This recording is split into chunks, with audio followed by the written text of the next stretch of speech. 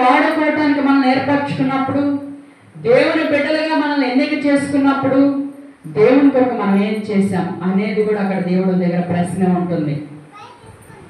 దేవుని సన్నిధికి వచ్చి మనం అంతా కూడా దేవుని స్తుతిస్తున్నాము, ఆరాధన చేస్తున్నాం. అలాగే ఇంట్లో కూడా దేవుని స్తుతిస్తున్నావా, నన్ను ఆరాధిస్తున్నావా, వాక్యానికి లోబడుతున్నావా, వాక్యం చదువుకుంటున్నావా? మనం చేసే ప్రతి ఆరాధన, ప్రతి స్తుతి, ప్రతి మాట కూడా దేవుడు గమనిస్తూ ఉంటారు.